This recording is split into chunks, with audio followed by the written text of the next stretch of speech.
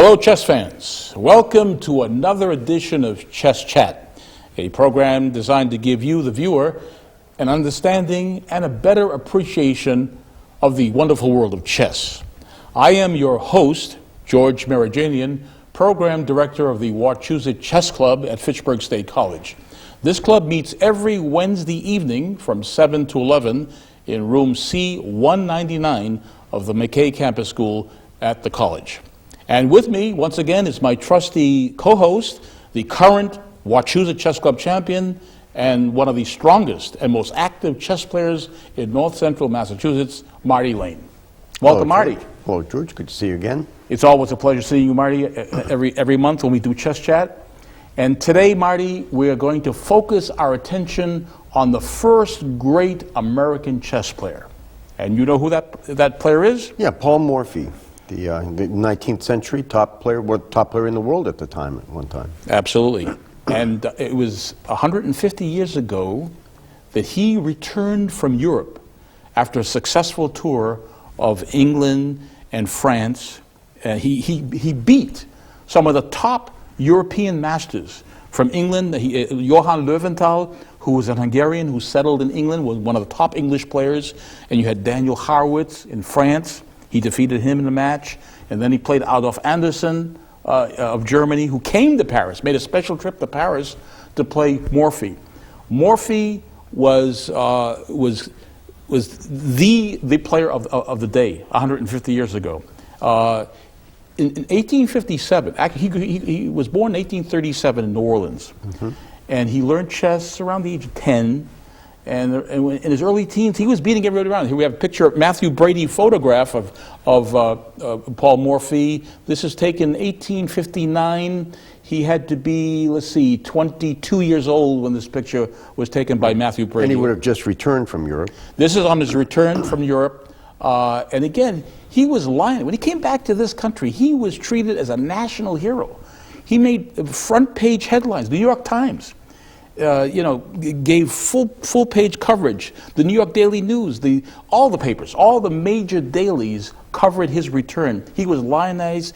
They had banquets when he came back in Boston. Now, Boston had a very celebrated banquet for him.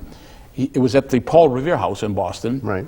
And you know what individuals were there at that banquet? All the top luminaries, the intellectuals, the leaders of the community were all there. People like Oliver Wendell Holmes gave a toast, I believe. Right, he presided over the ceremonies. And you had the mayor of Boston, naturally. You had the president of Harvard. You had the chief justice of the Massachusetts Supreme Court. You had the Speaker of the House of the Massachusetts House of Representatives there. You had distinguished professors, Louis Agassiz, who was a zoologist and geologist. You had James Lowell, yeah, who was a writer and taught at Harvard. And there was also Oliver Wendell Holmes. Now, this is the father, not the son became the associate justice. Right. But the father taught medicine. He taught at Harvard Medical School. So they were all there. Right. And they gave this huge banquet. And they actually, Morphy came back to Boston for another visit. But this banquet was held on May 31st, 1859. The papers covered this. As I say, the New York Times devoted 2/3 of its paper of covering this, and the New York Daily News covered the entire front page. Yeah. So he was a hero. And I think we should put some context in this. Europe was the center of the chess world at the time. All the great players lived in Europe. They played in Europe. They considered themselves, and they were at the time, the top players in the world were all European-centered. And this was the same thing in literature and writing, in culture. Europe was the center. And the United States was kind of chafing under this. They were looked down on by the Europeans. Yes, very much. We were thought of as country bumpkins, as colonials. Yes. And so at the same time that Ralph Waldo Emerson became the first writer to be recognized as a world-class writer in Europe. He was the first American to be recognized as a world-class writer, along with Longfellow. Well, here comes Morphy now, the American chess player. Chess players in Europe regarded him as he couldn't possibly be. No. They didn't regard him as... They did not take him seriously. Right, not until he got there. Yeah. And again, he was an unofficial world. They considered him world champion. Many people said he was a world champion, but of course there was no organized, activity for a world championship. Right. So he was viewed as the strongest player on the planet, during those years, 1850. But he had a very short career. Right. That is, when he came back from Europe, and he gave some exhibitions when he returned to this country, he actually stopped playing chess for all intents and purposes. He refused to play a match unless it was by odds. He wouldn't. Yes. He wouldn't play unless he could spot A pawn or a knight. Yes. Right. And he had studied for the law. He went to school. He went to the University of Louisiana and graduated at a young age, 19. But he was too young to practice law. So when he came back and stopped playing chess, he thought, oh, it would be easy to go back and take up a law practice.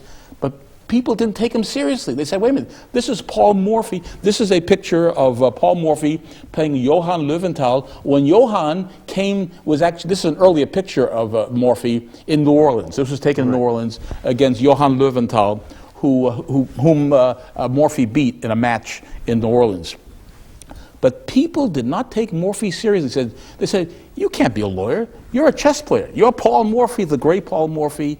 And of course, this was the aftermath of the Civil War. You realize how difficult it is to set up a law practice in the in the South. This Civil War has ended, and he's trying to set up a practice, during the mid-1860s. So it didn't work out. And he died tragically. That's why he is known as the pride and sorrow of chess. Because up until 1859, possibly early 1860, he was the pride of this country. He was a national hero. Right. But after that, it was all sorrow. Because he had a tragic life. He never married. He lived with his mother and a younger sister. And he died of a stroke in a bath by taking a bath. In the bath, they found him in a bathtub. And he became paranoid. After he gave up chess, he thought people were after him. It was very similar to what Bobby Fischer. Right. Bobby Fischer suffered from the same paranoia, that people were out. Right, there are a lot of parallels between the two. Yes, they did. Yes, they're very, very true. Right. Because he thought, for example, his brother-in-law was out to poison him. Right. He thought his brother-in-law wanted to gain his inheritance without to poison him. So he kept to himself, and he had no friends. It's a very tragic figure. But a genius when it comes to chess. Now, what we're going to do today, Marty, is to present a game that Morphy played in 1857. This is 2 years before he came back from Europe, against a player by the name of Napoleon Marache. Now, this Napoleon Marache, anyone who's played chess really hasn't heard of this name. It's not a common name. When you showed me this game earlier, I'd never heard of Marache, and yet he was really prominent in chess at the time. He was considered one of the top players during that time, during the 1850s, 1860s. He died 1 year after Morphy. Morphy died at the age of 47 in 1874. So he was considered, and he played in that first American Chess Congress in 1857. It was the first national championship. Right. They were 16 players. Played. They did a knockout. Right. You had to play. You appeared against an opponent. The first player to win 3 games advanced to the next opponent. Round, yeah. And Morphy ended up the winner of that knockout series. Right. But Napoleon Marache, who was born in France, came to this country when he was 12 years old and became a chess journalist. Right. He established a magazine for a while. He did. He settled in New York City. And he was, again, one of the top players in the country during that time. So we're going to present this game. It's a very instructive game in which Napoleon Marache is white. Right. So what did Napoleon Marache play for his first move in this game? Well, he opened with the pawn on e2 to e4. We've seen it many times. It's the most common opening move. It opens up 2 critical diagonals, one for the white squared bishop and one for the queen, as well as occupying a center square, attacking 2 squares on the opponent's side. So it's a strong move, a strong opening move. And the most common move back then. And even now. Even now, yes, very, very popular. Well, Morphy, in response, plays E5. He plays E7, the pawn on E7 to E5. For all the same reasons. For all the same reason. Opening up the diagonal for the dark squared bishop to come out, as well as the queen. All right, so it's now Marache's second move. White could develop his bishop out. He could move his queen, which would be premature, but he chooses to develop his knight on G1 to f3, develops the knight to a good strong square. It attacks black's pawn. Black has to do something to defend it. Okay, and what Morphy does is a very logical move.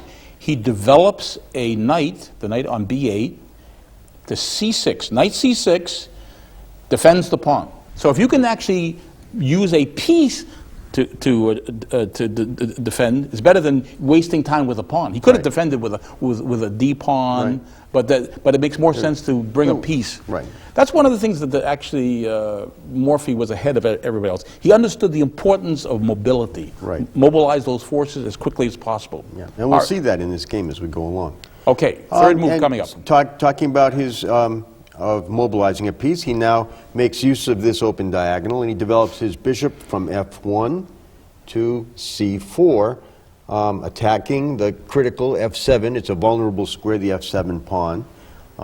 Gets his piece out onto a good centralized square, commands an important diagonal. It's a good developing move. Okay, and Morphy plays his bishop, this dark square bishop on f8, to c5 for the same reason. Right. This bishop now is putting pressure on that pawn, that weak pawn on f2. Right. All right. Now this is an opening that has a name. Right. It's called the Italian opening. Right. Does it have another name? Giuco piano, the slow game, the gentle game. Quiet game. Yes, yeah. In fact, the Italians played this, hundreds of years ago.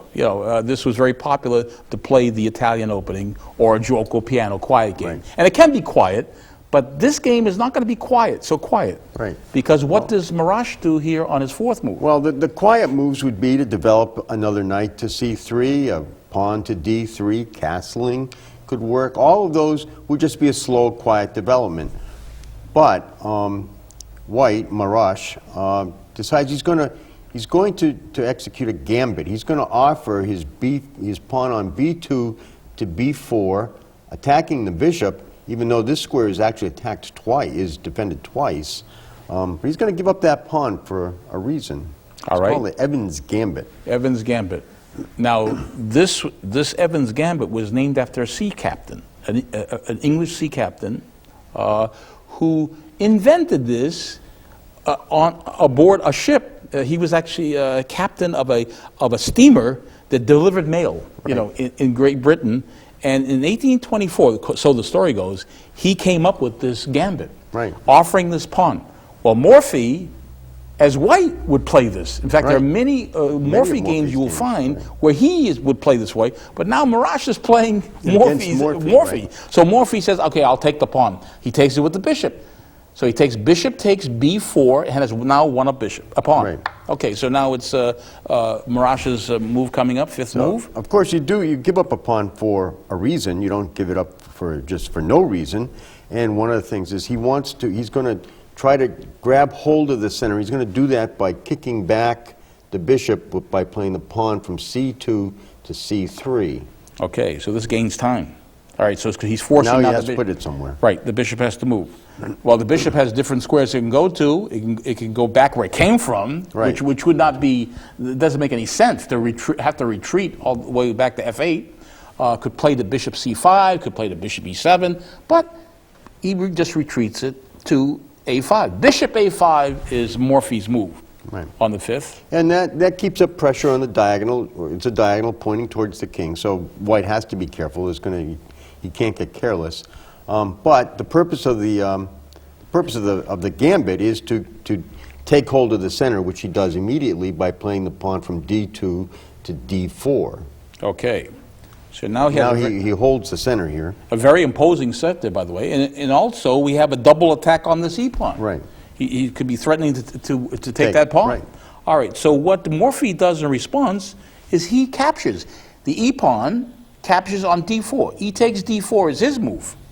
All right. So we have that exchange. Right. So how does Marash continue here? Well, he can't take back with the pawn because it's pinned against the king. All right. What would be standard in this position, and what was standard then and what's still standard, is for White to castle.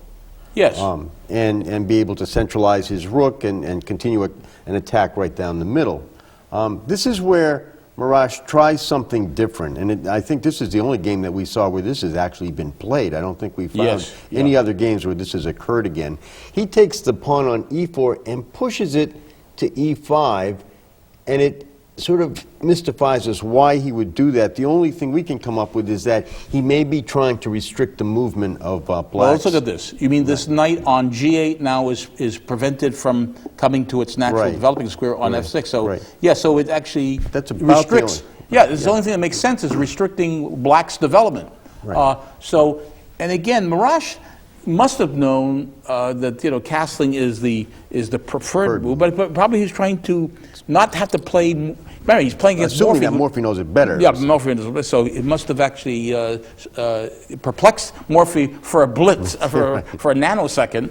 But his response to the d5 was to counter with d5. So he plays d5 on his 7th move, attacking the bishop. Attacks the bishop. Now, White captures that d5 pawn with a move called capturing en passant, or in passing. He captures it just as if it had played to d6, and now he takes the pawn off the board. Okay, and that's for a lot of beginners who are not familiar with the in passing, the en passant move. This actually happens if we go back to the position. If we show this position, so what Morphy played was d5. Coming to try to, it looks like he's avoiding the capture with the pawn on e5, but White is allowed because a pawn on the 5th rank can actually capture a pawn on the 6th rank if that pawn has moved past it to try to avoid capture. Yes, it has to be the pawn immediately adjacent. Right, it has to be adjacent. Has to move 2 spaces, and he has to execute that on the very next move. He can't wait and do it later. Right, he has to. Yes, right. He has to make his decision right away. So what he did was he captured en passant. He takes d6. And what Morphy did was to recapture. Queen takes d6. He certainly is not going to take with the c-pawn and double his pawns for the time being. He activates the queen. Queen takes d6 as his move. All right, so now it's Mirage's 9th move coming up. Right, and so Mirage for his 9th move castles. Now he castles. Now he castles, where he could have done that on the 7th move. Right. All right, so he delayed it. All right, so now we have Morphy responding to the castling by not playing the knight to f6. Let's look at the position. He played. He did not play knight f6 because on knight f6 the rook would come to e1. Right. The king is still would be exposed to check, so the rook could come to e1 check, and he would have to cover that check. Right. Somehow. And if he blocked with the bishop e6 to block that check, that bishop could be attacked again. He could play the knight to g5. And now we have a triple attack on that. Yes. On that and this is not good. No. This is not good. No. So the move that actually Morphy played was knight on... His ninth move. Morphy. His 9th move, he plays knight g on g8 to e7. Knight g e7 is Morphy's 9th move. Right. All right, so now he avoids now the check. Right. No rook e1 check is going to bother him. All right, so now it's Mirage's 10th move coming up. Right, and it's at this point that his game, he really starts to make some questionable decisions. First, he decides to play knight to g5, attacking the f7 pawn twice, once with the bishop, once with the knight, threatening to capture it, not only just capturing it, but capturing it with check, or forking the queen and the rook, forcing black to do something, but it's not hard to get out of that. Let us go back. And, okay, so this is a dubious move. In fact, it looks like a very weak move. Right. Did he have something better? Well, you could take this bishop on c1, develop another piece, and attack the queen. Now, that looks actually better. Bishop a3, attacking the queen, forcing the queen to move. And once the queen moves, if the queen moves, well... somewhere to safety. Where it goes to safety, then if the queen moves to f6, still protecting this, now the rook... Now the rook could slide over, adding more pressure to the center. Yeah, so this pin it could be very effective. So, but he didn't do that. Yeah, no. Mirage chose not to play that. Yeah. Instead, which is essentially a cheap shot that really doesn't work. And what he's doing, he's having a double. He's attacking the f pawn twice here. Knight takes or bishop takes with check. All right. So what Morphy does in response is just simply castle. Right. So that's his 10th move, castle. All right. Here we are. Mirage now has to come up with some... He comes up with another shot. He takes a look at that h6 pawn. He moves his bishop back to d3, attacking the h7 pawn, sorry. Okay. 2 attacks on that pawn. All right, so we have to prevent that pawn from being taken. What Morphy does, now he doesn't want to move his pawns in front of his king like this. G3 would blunt this, this attack, but this is a serious weakness. Yeah. You never want to actually move We pawns. refer to these as holes. These are holes, right. yes. This is a weakness by advancing a pawn Right. in front of the castled king. So what he did was a more logical move, bishop f5. Right. So that's what he played. Right, he offers an exchange, and it should be noted that white is 2 pawns down at this point, so black is more than happy to be Yes, exchanging. exchange, yes. So he develops a piece, and he pretty much forces an exchange at this point. So All right. white has to take the bishop on f5. Okay, and Morphy just responds with knight takes f5. It's his move. That's his 12th move. All right, so now it's Marash's 13th move coming up. And now he plays bishop to a3, skewering the queen and the rook. All right, this is going to force the queen to move. Right. All right, so what he does, Morphy plays the queen to g6, comes over here, attacks the knight. But of course, his rook is under attack with the bishop. Right. So Marash takes the rook, it being the more valuable of the 2 pieces. And is that called something? Is this called when you take a minor piece like a bishop or it could be a knight and win a rook? Is there a certain term they use? We say winning the exchange because the rook is somewhat more valuable than either a bishop or a knight. So we say that's winning the exchange. Okay. So it's not quite an even exchange. It's a somewhat materially materially advantageous, right? But of course, as you say, Morphy is ahead in pawns. He's 2 pawns ahead, and what he does in response, he certainly is not going to take back the bishop with the king because this allows the knight now to escape and save itself. All right. So what he does, he takes queen takes g5 is Morphy's move. Right. So to save the bishop, he comes back to a3. yes, he has to save the bishop. No other. All right. So Morphy says, okay, I think I can win another pawn. So he plays d takes c3. He can take there because that pawn is defended by the bishop, right. so it prevents the knight from recapturing. So now he brings the bishop back to c1, once again attacking the queen. Yes. Okay, so now it looks like the queen has to move again. It certainly does. So he just steps back to g6, queen g6. He still maintains pressure along the g file here. There's a lot of pressure on the king. If you look, the queen is bearing down on the king. The knight coming over to here could be threatening mate. The bishop could always be brought back. Right. So what Marash does is he plays the bishop one more time, this time bringing it up to f4. My guess would be to have it somewhere in place so he can use it as a blocking piece at some point. Okay. All right, so bishop f4 was Marash's move. Well, what Morphy played was rook d8, attacking the queen. Right. And forcing that queen to move. Yep. So he plays the queen to c2 to get it out of the way, and also to... It's actually, this is pinned. The knight is pinned here. Right. He can. Now, did he have choices here? Well, he could have played to b3. He could have played to a4. Right. If he had played to b3, he could have been threatening to take this pawn. Okay. That was a possibility. But instead, he played queen c2. All right. So he pins there. But what Morphy replies with, this knight on c6 is now going to move to d4 and attack the queen. Right. Forces the queen to move again. Right. And Marash plays the queen to e4. Right. Centralizing. He could have maybe played out to the queen side somewhere, but he really, I think, wants to try to stay, the king is coming under increasing pressure, and so he really needs to have his pieces. Because these two, if you look at the rook on a1 and the knight on b1, they haven't gone anywhere. Right. There's no help at all. Totally undeveloped. Yeah, whereas Morphy has developed all his pieces. Yeah, and everything's gradually making its way towards the king, which is dangerous. Well, after Marash played queen e4, he overlooked Morphy's next move. Right. What he did not expect, because if he had, he wouldn't have played it. He wouldn't have played it. What Morphy responded with was this knight on f5 goes to g3.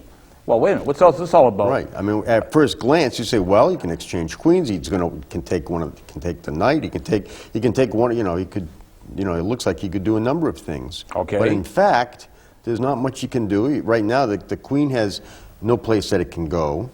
No, because first of all, what did he do in the game? Marash actually, in response to this, he plays queen take. He's going to go for the queen exchange. All right. And what Morphy did, he's not recapturing here. He's not recapturing the queen. He's going to play mate. Is there a mate here? Right. What he does, and it actually happened in the game, he played the knight on d4 to e2 is checkmate, because the king cannot go to h1. The king is in check, and he can't go to h1 because of this knight. Okay. So this is how the game ended. This was a 20-move checkmate by Morphy. That was played in 1857 in New York. By the way, this was not part of the American Chess Congress. This was played during. This was actually a casual game that was played during the tournament. Yeah, I had a question. When I was reading about Morphy, in his short career, relatively short career, he would play exhibitions and offhand games even during tournaments. Yes, he would. Between runs. What world-class player nowadays would put on blindfold exhibitions, simultaneous exhibitions, play other players in offhand games? What top player would? Nope, they don't. They squirrel themselves away between rounds. Exactly. They conserve their energy. You need your energy to play, competitive chess. Morphy would do that. He would play offhand games, friendly games during a tournament. And these games didn't count. Right. But he was so enamored of chess during that period. Because when you look at the total body of his known games, there's something like 400 games that are recorded of his, but only 50 or 60 of them were actually serious tournament games. As I say, he had his chess career was basically 3 years. Right. From 1857, where he played in the first the American Chess Congress. Right. And then it really ended in by 1860 it was over. Right. He had stopped, as I say, he wanted to become a lawyer, no one took him seriously, and he died a tragic figure. Right. Now, we have a person we want to honor tonight. Well, yes. The person we want to honor tonight is our very able and skilled director, Darren Dame, who's been directing Chess Chat for the past it's going to be 3 years. I think in October it's going to be 3 years we've been doing Chess Chat, and Darren Dame has been our director right from the start. He's the brains behind the outfit. He's the brains, and he's skilled.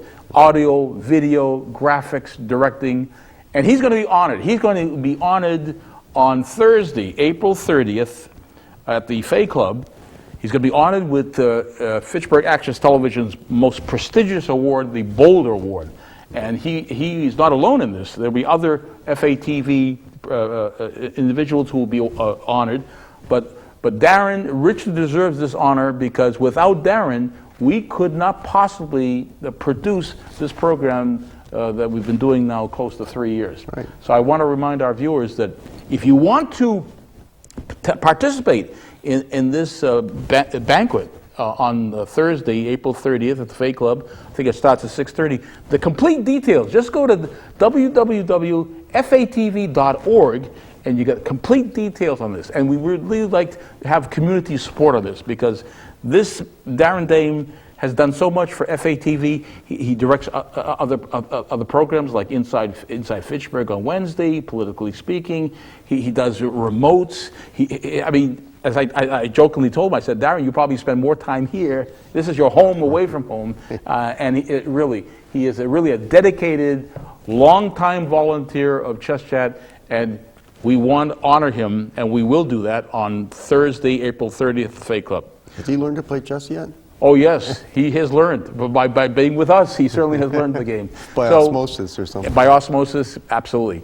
So I want everybody to join us next time for another edition of Chess Chat, where Marty and I are going to present another interesting game that I hope that will mesmerize you and baffle you in some ways. Stay tuned for the next edition.